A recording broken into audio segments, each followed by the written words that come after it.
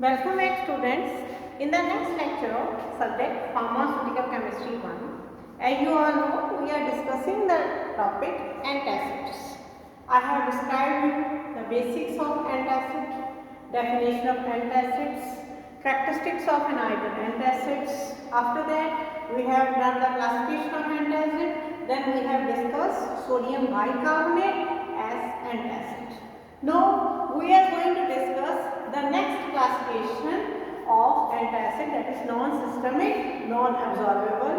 In that classification we are going to discuss aluminium containing antacids. Aluminium containing antacids, these are the antacids which are most widely used. You have normally listened about aluminium hydroxide gel, quite commonly used preparation. These are non-systemic, non-absorbable, and they buffer in the pH range between 3 to 5. So here we are going to start the new compound in this classification, aluminium hydroxide gel. The formula is aluminium OH3. Okay. So aluminium hydroxide gel exists in two physical forms. First is aluminium hydroxide gel and second is dried aluminium hydroxide gel. Now we will discuss each in detail, the properties of each physical form. What is aluminium hydroxide gel? Aqueous white viscous suspension. Aqueous water के अंदर बनाई होती है, white colour की बहुत ही viscous suspension होती है. किसकी होती है? हाइड्रेटेड एल्युमिनियम ऑक्साइड की. Hydrated aluminium oxide. ओके. और इसके अंदर साथ में क्या होता है? Varying amount of basic aluminium carbonate. और इसके अंदर not less than 3.5, not more than 4.4% weight by volume of aluminium oxide होता है.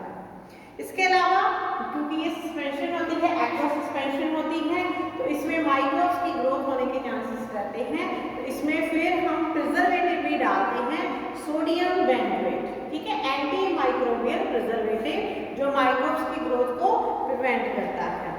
इसके अलावा मेंथा ऑयल जो होता है, पेपरमेंट ऑयल जो है, उसको हम फ्लेवर के लिए यूज करते हैं एज फ्लेवरिंग एजेंट. सुक्रोज और ग्लिसरीन को एज स्वीटनिंग एजेंट हम यूज करते हैं. ये जो जेल होता है व्हाइट कलर का होता है, विस्कस होता है, ट्रांसलूसेंट होता है. अगर आप इसकी पतली पतली लेयर्स देखेंगे तो ट्रांसलूसेंट होता है. और इसमें इसको अगर हम थोड़ी देर रखें तो थोड़ा सा वाटर इसमें सेपरेट हो जाता है. इसकी जो पीएच होती है दैट इज बिटवीन 5.5 to 8. इस जेल की, एल्युमिनियम हाइड्रोक्साइड जेल की पीएच. अब इसी की सेकंड फॉर्म है ड्राइड एल्युमिनियम हाइड्रोक्साइड जेल. उसी को अगर हम ड्राई करें, ठीक है, ये कैसा होता है? ड्राइड फॉर्म में होता है, व्हाइट कलर का होता है, ऑर्डरलेस होता है, कोई स्मेल नहीं होती है, कोई टेस्ट नहीं होता है, अमोर्फस पाउडर होता है. वाटर में इनसॉल्युबल होता है, अल्कोहल में भी इनसॉल्युबल होता है. सिर्फ डाइल्यूट मिनरल एसिड जैसे आपके HCl वगैरह है उनके अंदर ये सॉल्युबल होता है. इसके अलावा जो एल्युमिनियम जो एल्कली हाइड्रोक्साइड है उसके सॉल्यूशंस के अंदर भी ये थोड़ा सॉल्युबल होता है. और अब इसकी प्रेपरेशन कि हम जो एल्युमिनियम हाइड्रोक्साइड है इसको बनाते कैसे हैं? कैसे बनाते हैं? Solutions of aluminium salt. कहाँ से बनाते हैं हम? Solutions of aluminium salt by precipitation with sodium और अमोनियम कार्बोनेट. हम कोई एल्युमिनियम सॉल्ट ले लेते हैं, जैसे हमने एलम ले लिया या एल्युमिनियम सल्फेट ले लिया, और उसकी हम प्रेसिपिटेशन किसके साथ करते हैं? सोडियम और अमोनियम कार्बोनेट के साथ. तो उससे क्या होता है? पहले क्या बनता है? पहले आपके पास बनता है एल्युमिनियम कार्बोनेट. तो एल्युमिनियम कार्बोनेट जो बनता है वो बहुत अनस्टेबल होता है. तो इसलिए उसको हम जो है उसकी हाइड्रोलिसिस करके उसका बन जाता है एल्युमिनियम हाइड्रोक्साइड, और साथ में हमारे पास कार्बन डाइऑक्साइड गैस है वो लिबरेट होती है. ठीक है, तो ये जो आपका एल्युमिनियम हाइड्रोक्साइड है इसकी प्रॉपर्टीज क्या है? ये जेल है. तो मोस्टली ये जो एल्युमिनियम हाइड्रोक्साइड जेल होता है आइडियल बफर होता है 3 to 5 pH रेंज के ऊपर. और क्यों? क्योंकि इसकी एम्फोटेरिक नेचर होती है, इसमें थोड़ी सी एसिडिक प्रॉपर्टीज होती है, थोड़ी सी बेसिक प्रॉपर्टीज होती है. तो अगर आप लिटमस पेपर पे टेस्ट करेंगे तो ये रेड एंड ब्लू दोनों लिटमस पेपर के ऊपर थोड़ा थोड़ा इफेक्ट जो है शो करता है और ये एसिड के साथ रिएक्ट करता है। ये देखिए मैंने यहाँ पे HCl के साथ इसका रिएक्शन लिखा है, aluminium hydroxide plus HCl, aluminium chloride बन गया और 3 मॉलिक्यूल ऑफ वाटर। क्लियर? और इसकी जो स्टोरेज है, स्टोरेज क्योंकि इसमें थोड़ी सी स्टेबिलिटी प्रॉब्लम्स आती हैं। स्टेबिलिटी कैसे कि अगर आप इसको 30 डिग्री टेम्परेचर से ऊपर इसको हीट करते हैं तो इसकी डिहाइड्रेशन हो जाती है और उससे क्या होता है, वाटर यूज करने के बाद क्या होता है, इसकी जो थेरेपेटिक एफिशिएंसी है, ठीक है, इसकी जो थेरेपेटिक वैल्यू है, मेडिसिनल वैल्यू इसको आप कह सकते हैं, वो थोड़ी लूज हो जाती है। और इसलिए इसकी जो स्टोरेज होती है temperature not exceeding 25 degree centigrade, ठीक है, 25 डिग्री से ऊपर आपने इसको स्टोर नहीं करना है और ना ही आपने इसको फ्रीज करना है, क्योंकि जेल है वो फ्रीज हो गया तो आप जितना मर्जी शेक कर ले ये फिर से सस्पेंशन नहीं बनेगी। एयर टाइट कंटेनर के अंदर आपने इसको स्टोर करना होता है। तो ये इसकी प्रॉपर्टीज हैं। अब है इसके यूज। आपने इसको पढ़ा है non systemic non absorbable antacid के अंदर, तो बहुत पॉपुलर यूज है इसका एंटासिड, बहुत ज़्यादा कॉमनली यूज होता है। सूदिंग इफेक्ट ये पेशेंट को प्रोवाइड करता है। थोड़ा बहुत अगर सिस्टमिक इफेक्ट आ भी जाए फिर भी ये कोई खास डिस्कम्फर्ट पेशेंट को नहीं देता है, ठीक है। और बहुत कम अमाउंट में इसमें अगर कभी रिएक्शन हो तो कार्बन डाइऑक्साइड अगर गैस लिबरेट भी हो तो वो भी कोई ज़्यादा डिस्कम्फर्ट प्रोवाइड नहीं करती है। इसका जो ड्राइड एल्यूमिनियम हाइड्रोक्साइड जेल है उसको हम एक्सटर्नली भी यूज करते हैं as astringent which precipitates the protein और as desiccant जो मॉइस्चर को एब्जॉर्ब करे, ठीक है। और इसके अलावा ये फूड पाउडर, पैरों में लगाने वाले पाउडर में भी यूज होता है, डस्टिंग पाउडर में भी एक्सटर्नली यूज होता है। इसके अलावा बहुत कम वैसे इसका यूज होता है, इनफ्रीक्वेंट यूज होता है, इसका डायरिया में यूज होता है, जो कॉलरा में भी यूज होता है, ठीक है। इसकी जो डोज की रेंज है वो है 15 ml। एक दिन में 4 to 6 टाइम आप पेशेंट को दे सकते हैं एल्यूमिनियम हाइड्रोक्साइड जेल। और इसकी जो रेंज है वो है 5 to 30 ml up to 12 times a day. मतलब अगर बहुत हाइपोटेसिटी की कंडीशन है तो आप पेशेंट को 12 टाइम्स ए डे भी इसको दे सकते हो। बड़ा कॉमन है, आपने देखा होगा ये लाइट पिंक कलर का बॉटल होती है एल्यूमिनियम हाइड्रोक्साइड जेल की। क्लियर? तो ये है आपका एल्यूमिनियम कंटेनिंग एंटासिड में एल्यूमिनियम हाइड्रोक्साइड जेल। इसके बाद नेक्स्ट कंपाउंड आता है आपका aluminium hydroxide, sorry aluminium containing antacids में ही एल्यूमिनियम फॉस्फेट AlPO4। अब ये भी क्या है, देखिए हमने बुक में काफी ज्यादा डिटेल लिखी हुई है, मैं आपको ब्रीफ में करा रही हूँ, इनकी खासकर जो प्रॉपर्टीज है वो बता रही हूँ। ये भी सस्पेंशन ही है, सस्पेंशन आपने शुरू से पढ़ी है, ठीक है। तो ये भी सस्पेंशन है। ऑफिशियली एल्यूमिनियम फॉस्फेट जेल की फॉर्म में ये एग्जिस्ट करता है और इसके अंदर not less then 4%, not more then 5% AlPO4 यानी एल्यूमिनियम फॉस्फेट होता है। कि जो ऑफिशियल आपके पास जेल आता है एल्यूमिनियम फॉस्फेट जेल, उसमें नॉट लेस देन 4% और नॉट मोर देन 5% AlPO4 होता है, ठीक है। और इसकी प्रॉपर्टीज क्या हैं, ये वाइट कलर की विस्कस सस्पेंशन, बहुत गाढ़ी सस्पेंशन होती है और इसमें वाटर जो है अगर आप थोड़ी देर इसको रखेंगे तो वाटर जो है थोड़ा थोड़ा सेपरेट होना स्टार्ट हो जाता है। वाटर में ये इनसॉल्युबल होता है, सॉल्युबल किसमें होता है, एसिड्स के अंदर ये सॉल्युबल होता है। इस जेल की जो 25 डिग्री सेंटीग्रेड के ऊपर pH होती है दैट इज बिटवीन 6 to 7.6 से लेके 7.2 तक। और जब हम ये जेल बनाते हैं इसमें भी हम एंटीमाइक्रोबियल प्रिजर्वेटिव डालते हैं, कोई ना कोई हम इसके अंदर फ्लेवरिंग एजेंट डालते हैं, जैसे पेपरमेंट ऑयल वगैरह डालते हैं, स्वीटनिंग एजेंट डालते हैं, ठीक है, जैसे सुक्रोज डाल दिया हमने, सैकरीन डाल दी, ग्लिसरीन डाल दी।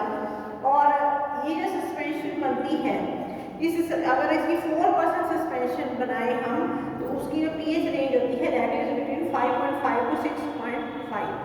स्टोरेज का टेम्परेचर इसका भी नॉट एक्सीडिंग 30 डिग्री सेंटीग्रेड। ठीक है, और इसको भी हमने फ्रीज नहीं करना होता, किसी भी गैस को हम फ्रीज नहीं करते हैं। ये क्या है, ये भी आपका नॉन एब्जॉर्बेबल एंटासिड है। और ये जो है ये इसकी जो आप कह सकते हैं कि कुछ प्रॉपर्टी जो है, एसिड कंज्यूमिंग एबिलिटी जो है वो किसके ऊपर डिपेंड करती है, जो इसकी प्रॉपर्टी है एसिड कंज्यूमिंग की, वो इसके इस रिएक्शन के ऊपर डिपेंड करती है, जो मैंने यहाँ पे बोर्ड के ऊपर लिखा है कि रिलीज ऑफ फॉस्फेट एनायन के ऊपर डिपेंड करती है। ये देखिए इस तरीके से इसकी डिसोसिएशन होती है, हाइड्रोनियम आयन के साथ इसकी एसोसिएशन होती है, और इस तरीके से ये जो फॉस्फेट आयन जो है एनायन जो है वो रिलीज होता है। तो इसका जो यूज है दैट इज एंटासिड, और इसकी जो डोज रेंज है, डोज होती है 15 to 30 ml एवरी 2 आवर, हर 2 घंटे के बाद आप पेशेंट को दे सकते हैं। और डोज रेंज जो है वो है 15 to 45 ml। क्लियर? तो ये दो कंपाउंड्स आपने पढ़े हैं, एल्युमिनियम हाइड्रोक्साइड जेल और एल्युमिनियम फॉस्फेट। ठीक है, in classification aluminium containing antacid. अब नेक्स्ट क्लासिफिकेशन आ रही है कैल्शियम कंटेनिंग एंटासिड।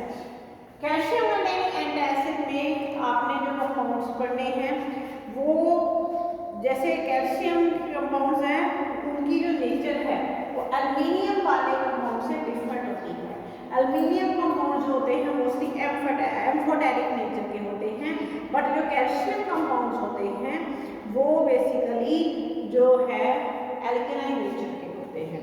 ठीक है, तो ये जो कैल्शियम वाले कंपाउंड्स होते हैं मोस्टली ये वाटर के अंदर इनसॉल्युबल होते हैं, और 7 के अराउंड पीएच में जब मतलब आप जब पेशेंट को ये देते हैं तो ये गैस्ट्रिक एसिड को कंज्यूम करके 7 के अराउंड जो है पीएच को रेज कर देते हैं। अब इसमें आपने कौन से कंपाउंड पढ़ने हैं, इसमें आपने कंपाउंड पढ़ना है ये कैल्शियम कार्बोनेट। फॉर्मूला मैंने लिखा है सामने CaCl3, और कॉमन नेम आप यूज करते हैं इसका प्रिपेयर्ड चॉक, तो चॉक आपने लिखा है, ये एंटासिड होता है।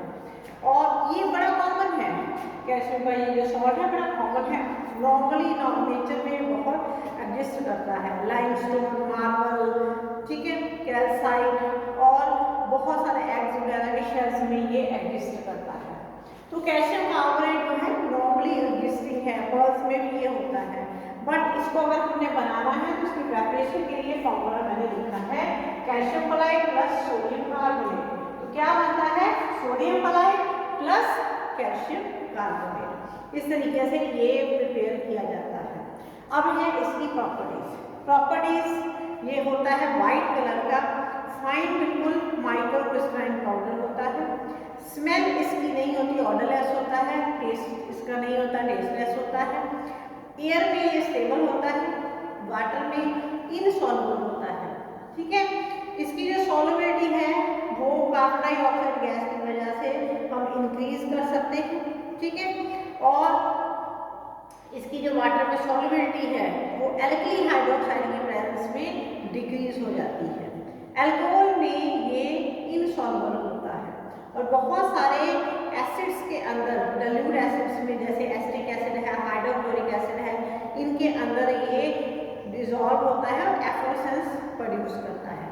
अब इस सामने मैंने एक रिएक्शन लिखा है डाइल्यूट एसिड के साथ कैल्शियम कार्बोनेट प्लस HCl। तो ये देखिए कार्बन डाइऑक्साइड गैस रिलीज हो रही है, कैल्शियम आयन है, क्लोराइड आयन है, वाटर, और कार्बन डाइऑक्साइड गैस है यहाँ पे लिबरेट हो रही है। ठीक है, तो ये जो इसका रिएक्शन है एसिड्स के साथ, और इसके जो यूज हैं, इसके यूज में मेन इसका जो यूज है एंटासिड। ठीक है जी, कैल्शियम कंटेनिंग एंटासिड में मेन इसका यूज है एंटासिड। तो कैल्शियम जब हम देते हैं तो नॉर्मली क्या होता है कि पेशेंट को बहुत बार कॉन्स्टिपेशन की कंप्लेंट होती है। ठीक है, इसलिए क्या होता है कि हम कैल्शियम को इंडिविजुअली नहीं देते हैं, तो बहुत बार इसको हम कॉम्बिनेशन में देते हैं कि हम इसको प्रेफर करते हैं मैग्नीशियम एंटासिड के साथ। ठीक है, क्योंकि उसका कैथार्टिक एक्शन होता है। और इसके अलावा कैल्शियम के जो एंटासिड होता है ये, इसको हम जिस पेशेंट को हाइपरटेंशन है यानी हाई ब्लड प्रेशर है, जहाँ जिसको कोई रीनल प्रॉब्लम है, किडनी की प्रॉब्लम है, जहाँ कोई यूरिनरी ट्रैक्ट में कोई स्टोन वगैरह की प्रॉब्लम है, उन कंडीशंस में जहाँ कोई इलेक्ट्रोलाइट इम्बैलेंस है वहाँ पे हम इसको प्रेफर नहीं करते हैं।